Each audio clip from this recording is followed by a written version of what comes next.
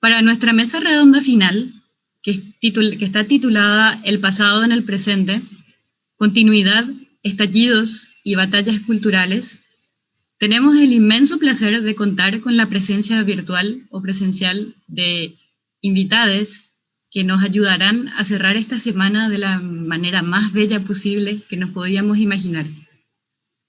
¿Qué mejor momento que el de ahora para poder conversar sobre estos estallidos latinoamericanos, las diferentes batallas culturales que están a la orden del día, e inscribirlos en un continuum a la vez temporal, el pasado en el presente, y a la vez una línea comparativa entre diferentes áreas geográficas, entre lo que está sucediendo en Francia y también en América del Sur.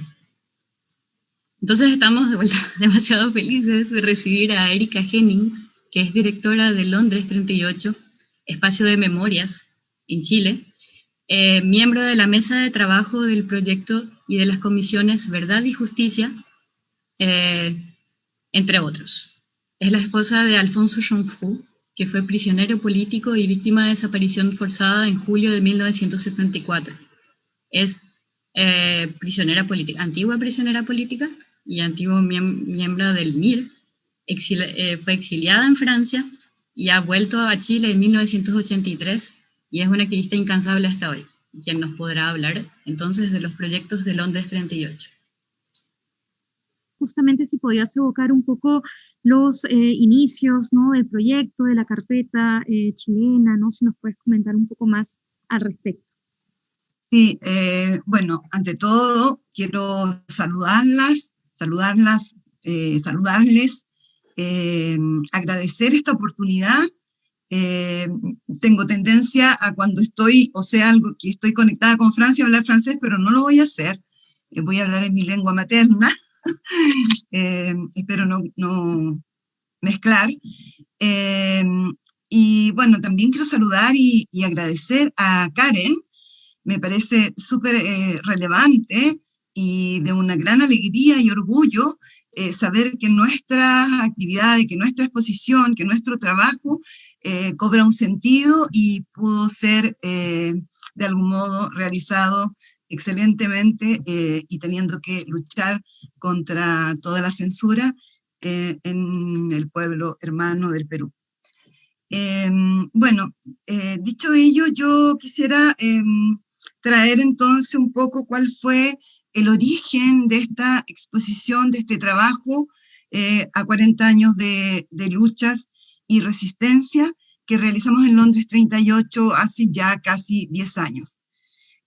Prontamente nosotros aquí en Chile estamos a 50 años del golpe, con desde esos 40 años hasta hoy día, con una experiencia de lucha tan relevante como lo que ustedes conocen, que fue la revuelta, el estallido. Entonces, bueno, nosotros teníamos poco tiempo de abrir y de recuperar esta casa de Londres 38, que había sido un centro de detención y tortura y exterminio, y estábamos realizando desde nuestro enfoque, que era de memorias para la acción, de memorias políticas, quisimos, realizar algo distinto de lo que estaba haciendo hasta esa fecha, una memoria hegemónica, centrada y encapsulada en los años de la dictadura y particularmente en lo que había sido la represión y el horror durante el tiempo de la dictadura. Y entonces hicimos un llamado desde nuestro enfoque a organizaciones sociales y llegaron entonces 60 convocadas por Londres 38 y el colectivo de serigrafía instantánea. Llegaron alrededor de 60 organizaciones, no, 60 organizaciones y se comienza entonces un trabajo colectivo, participativo, reflexivo y de capacitación sobre lo que habían sido esos años hasta el 2013, desde la dictadura, y no tampoco delimitado, porque también había como, desde lo que es Enfoque de Londres, la idea y el enfoque de conectar también con las luchas del pasado. Se hace entonces un trabajo durante 3 meses, muy participativo, de mucho dinamismo, de mucha energía, de mucha juventud, lo digo desde mi vejestud, y confluye entonces desde este enfoque común en esta exposición que ustedes han conocido, entiendo que está expuesta. Entonces, frente a algunas preguntas para salir justamente de ese discurso hegemónico, de ese relato, digamos, centrado y tomado solamente en las décadas, se plantea la pregunta de qué ha pasado en Chile en estos 40 años, desde el golpe militar, qué procesos sociales, en qué ha cambiado la sociedad y el país, qué país nos gustaría vivir y cómo se manifiestan las herencias del pasado. Entonces, el trabajo nos invitaba a todas las organizaciones sociales a ampliar las reflexiones, difundiendo entonces desde el resultado, desde esa exposición, contenido y experiencias de lo que fueron ese trabajo de brigadas. Era entonces, como decía, digamos, al comienzo, consistente con nuestro enfoque de memorias para la acción y luchas del presente. Entonces, como repito, digamos, que a diferencia de años anteriores en que se conmemoraba desde lo que era la época de la dictadura encapsulada, como insistí, se daba ahora en un contexto de manifestaciones y de movilizaciones que cuestionaban el modelo dictatorial, en donde las políticas de reconciliación, verdad y justicia, en la medida de lo posible, que fue el relato, el concepto que dominó desde el poder, desde que Elwin asume el poder, no fue posible y no lograron entonces con esas movilizaciones y esas manifestaciones que fuese un discurso hegemónico. La gente se estaba ya movilizando por la educación, por la educación gratuita y de calidad, la defensa del medio ambiente, reivindicaciones territoriales que ponen en evidencia lo que a 40 años todavía había en Chile de desigualdades e injusticia del sistema neoliberal dominante. Entonces hay luchas por la verdad y la justicia que durante décadas han logrado, o hasta esa época lograban contener de alguna manera la impunidad, y se seguía luchando y se iba dando paso hacia una verdad y una justicia, tratando de romper, ¿cierto?, en una disputa abierta que se expresa en torno a diferentes versiones y sentidos de la memoria. Debemos decir que en Londres 38, dada toda esa intención de una justicia en la medida de lo posible, hemos debido seguir luchando hasta hoy en una campaña por la verdad y la justicia para, digamos, avanzar contra la impunidad que nos ha dado, digamos, muestras de su presencia en las represiones que se han hecho y las violaciones a los derechos humanos que se han hecho en el contexto de la revuelta social. Entonces, desde este trabajo que se dio en 18 días, hace entonces casi 10 años, en el 2013, 18 días se crearon 3 brigadas con estas organizaciones sociales, 3 brigadas que comenzaron a trabajar y fueron 3 brigadas que estuvieron trabajando 18 días para terminar con estos, digamos, con esta exposición, y se salió entonces después para la conmemoración del 11 de septiembre, que fue un 8 de septiembre, porque se hace siempre los días domingo, se salió entonces en un trabajo de pegatina. Fue muy, muy emotivo, muy hermoso, muy de mucha energía, los jóvenes con sus overoles rojos, sus escobillones y sus baldes de engrudo, a hacer la pegatina en el centro de Santiago, en el curso de la marcha que se hace los días, en los 11 de septiembre.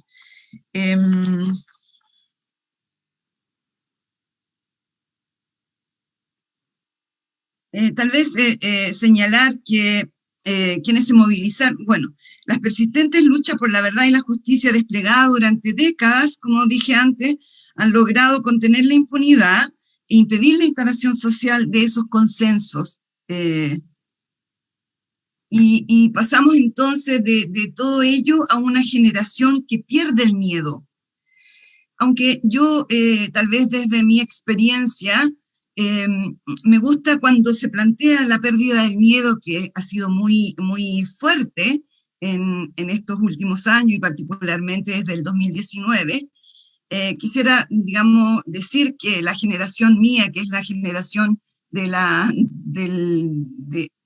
golpe, digamos, de la generación de los 70, en la época de la dictadura, no obstante el miedo, y eso es lo relevante de las luchas, no obstante el miedo, se sale.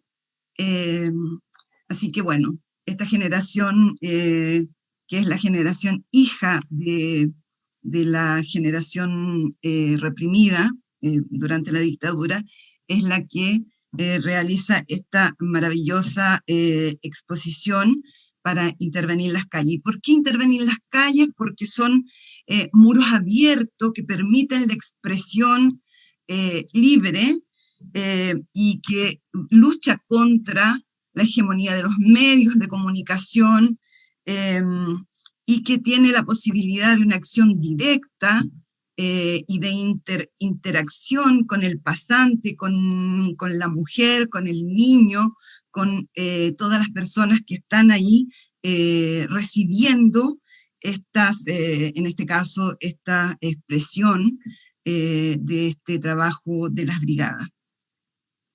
Como dicen algunas personas, fue un trabajo de resistencia, personas jóvenes que participaron, y un trabajo que era gritarle al mundo que aquí la muerte no pasó tan encima, dice una de las personas jóvenes participantes. Eso por ahora, y podemos seguir dialogando. ¿Qué tanto se puede decir de esa reapropiación del trabajo creativo que han generado colectivamente, como bien lo mencionaste? ¿Qué se puede decir al respecto de esa reapropiación por una parte, y por otra parte de la capacidad de interpelación? O sea, ¿cómo s'adresser, cómo dirigirse directamente a un público amplio y quizás menos politizado del que está actuando dentro de esos grupos de afiche? Sería una primera pregunta para Erika. Ya. Sí, mira, a mí me parece súper interesante esta idea de tomarse los muros, digamos, de tomarse el espacio público con nuestros relatos, con el relato de la sociedad civil organizada, con el relato narrativa de quienes no tienen la posibilidad porque los medios están monopolizados y limitados. Y en ese sentido creemos que esta exposición y la pegatina que se hizo interpelaba y a la vez entregaba un relato distinto en esos 40 años, y en general los muros acogen un relato distinto y libre, como dije antes, que permite entonces, creemos nosotros y nosotras, la reflexión y la conexión con una historia que ha sido más bien monopolizada y censurada de algún modo. Es así como esta exposición de los afiches realizados por estas brigadas han sido llevadas y solicitadas en los territorios, en los colegios, en las universidades, y desde ahí se producen conversaciones, debates, tanto desde lo que fue la experiencia de trabajo colectivo, reflexivo, como desde los contenidos, valga la redundancia, contenido en estas exposiciones. Vemos también la importancia, a propósito de lo que se decía antes, la importancia también que ha tenido la expresión en muros durante estos últimos años, cómo se han apropiado de una plaza, de monumentos, cómo se resignifican a través de los colores, a través de los escritos sobre monumentos que eran sacros casi. Y entonces en ese sentido es que creemos la importancia de tomarse los muros, y creemos que también estas formas desde el arte colorido, distinto, convoca a personas distintas, porque es simple de comprender a nuestro juicio, y bueno, y porque atrae también, comillas, la mirada hacia el contenido. En ese sentido creemos la importancia de tomarse los muros, bueno, que es algo que viene de tanto tiempo, pero que estuvo vedado o con mucha cautela durante los años de la dictadura. Eso, no sé si respondo en parte, espero, a la pregunta. Quisiera saber, Erika, ¿cuáles fueron los obstáculos que ha conocido Rondex 38 en sus trabajos, durante los trabajos colectivos quizás, o después en las muestras, en la posibilidad de llegar a la gente con ese material? Entonces, una pregunta más vinculada a esa censura que sigue, que permanece y que continúa entonces arrastrando ese pasado, esas memorias hegemónicas. Nosotros como Londres, en relación a lo que fue los 5.000 afiches que se imprimieron para septiembre del 2013, hubo la posibilidad de hacer estas pegatinas en todo el centro de Santiago, alrededor digamos, en todo el recorrido de la marcha, y permanecieron durante bastante tiempo, y era muy interesante seguir viéndolos, porque daba cuenta de que la gente no necesariamente los arrancaba, y salvo cuando van pegando publicidades u otros afiches porque, en fin. Así que desde ese punto de vista no hubo, respecto de esta pegatina o de esta exposición o de estos afiches, algún tipo de censura evidente. Tampoco que sepamos en lo que fueron las muestras en universidades o centros de estudio. Sin embargo, es preciso que señale que en lo que respecta a otra muestra que nosotros hicimos también para los 40 años, que consistía en lienzos que eran sobre los puentes alrededor del río Mapocho, está lleno de puentes, se colgaron lienzos con distintas consignas referidas justamente en este caso al llamado a romper los pactos de silencio, a estar contra la impunidad, etcétera, etcétera, etcétera. También había uno más artístico, y fueron, no obstante que teníamos permiso, fueron sacados por carabineros, por la policía chilena, y los rompieron, los escondieron. Nosotros de hecho hicimos una denuncia y una querella por haber atentado contra nuestra libertad de expresión. Pero increíble, porque el que tenía, digamos, colores, ese fue dejado, pero todos los otros fueron sacados. Entonces hemos enfrentado a través de los años ese tipo de situaciones, o nos han ido a rayar, Londres 38, con algunos consignas de la extrema derecha, amenazantes, pero en general Londres ha logrado este trabajo con la sociedad civil organizada, con grupos organizados, con colectivos, ha logrado tener este trabajo y que se replique estas experiencias. Vemos, por ejemplo, el trabajo en la actualidad, pegatinas o muchos trabajos durante las marchas o durante los grandes encuentros en que hay grupos de serigrafistas haciendo distintos tipos de afiches.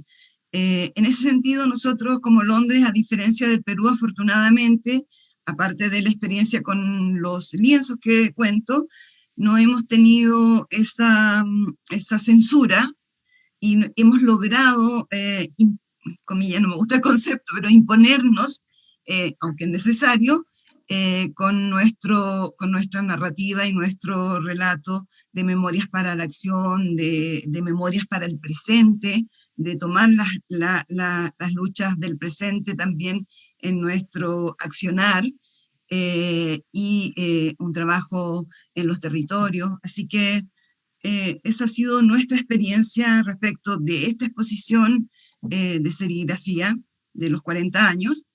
Eso. Gracias. Hola, bueno, yo soy Maider. Gracias, Erika, porque siempre es un placer escucharte y a los demás ponentes también. Mi pregunta se sale un poco de la cuestión de las resistencias visuales, pero como la compañera ha dado pie hablando de la cuestión generacional, no quería dejar de preguntar a ti personalmente, Erika, y a tus compañeras de tu generación, que tú hablabas un poco de los 70, del golpe, ¿qué es lo que os moviliza todavía para que hayan pasado casi 50 años y sigáis con esta herramienta o con otras, levantando la voz y dando lucha, ¿no? Esto es lo que a mí me interesa. Y que muchas gracias por tu presentación. Y muchas gracias por la pregunta. Mira, claro, mi generación, yo tengo 70 años, ya vemos en Londres 38 un equipo de profesionales que son esencialmente jóvenes, y otras personas como yo, tal vez yo soy la mayor, que venimos de la época que somos de casi mayo 68, y que cuando, en mi percepción, en mi opinión, cuando se tiene conciencia respecto de la injusticia, de las desigualdades, es muy difícil volver atrás, es muy difícil no seguir adelante hasta la victoria final, como diría. Y en ese sentido la motivación es siempre la injusticia, la desigualdad, y eso nos mueve y ahí interactuamos y nos motiva hoy día particularmente la lucha de jóvenes y jóvenes, desde el feminismo, desde las reivindicaciones por la educación, por la dignidad, por el medio ambiente. ¿Cómo no, cuando se ha sido luchador en los años 60, en los años 70, cuando se ha vivido la represión y la intención de acallarnos para siempre? Eso nos moviliza. Así que agradezco la pregunta para tener la oportunidad de decir que cuando se ha despertado, se despierta para siempre. Eso. Muchísimas gracias, Erika. No es verdad que por el lado de Londres 38 es más a nivel colectivo. Nosotros con la experiencia, al haber visto cómo transitó, cómo circuló esto hasta Perú, es verdad que yo me preguntaba un poco si había habido un poco este proceso también de diálogo con algún otro colectivo, quizás en Argentina o quizás en otro país de América Latina, donde también haya habido procesos de violencias políticas y donde haya tratado de quizás establecerse una especie de, bueno, de diálogo, ¿no? De algo que circula entre otros colectivos, ¿no? Entonces es para ver, como solo conozco el lado un poco peruano del asunto, y que gracias a eso conocimos la maravillosa carpeta chilena, ¿no? Era para ver si quizás había por su lado más contactos, ¿no? Con Argentina u otros países, ¿no? Del Cono Sur. Chota, no sé si entendí bien la pregunta, pero nosotros hemos tenido un trabajo, o sea, para nosotros lo central es el trabajo con otros y otras organizaciones, es central, no estamos, como dije antes, encapsulados en nuestro trabajo interno y respecto de las memorias más dolidas, digamos, sino que darle un sentido a las luchas del pasado en las luchas del presente.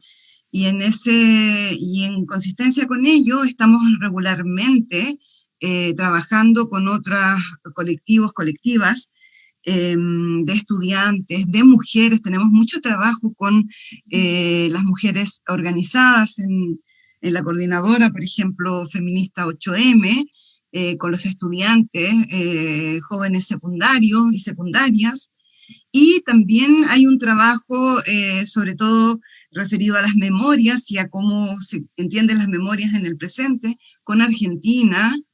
Hemos tenido esta misma exposición, ha salido del país, entonces sí hay un trabajo con los territorios, donde ha partido de la exposición, pero también desde lo que son los desafíos del presente. O sea, para nosotros el trabajo en red, el trabajo con otros es esencial.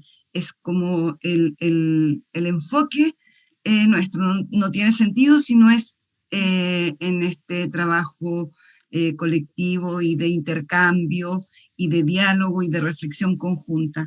Por eso que el trabajo en los talleres de serigrafía fue muy importante, porque invita ciertamente ese trabajo a un trabajo colectivo.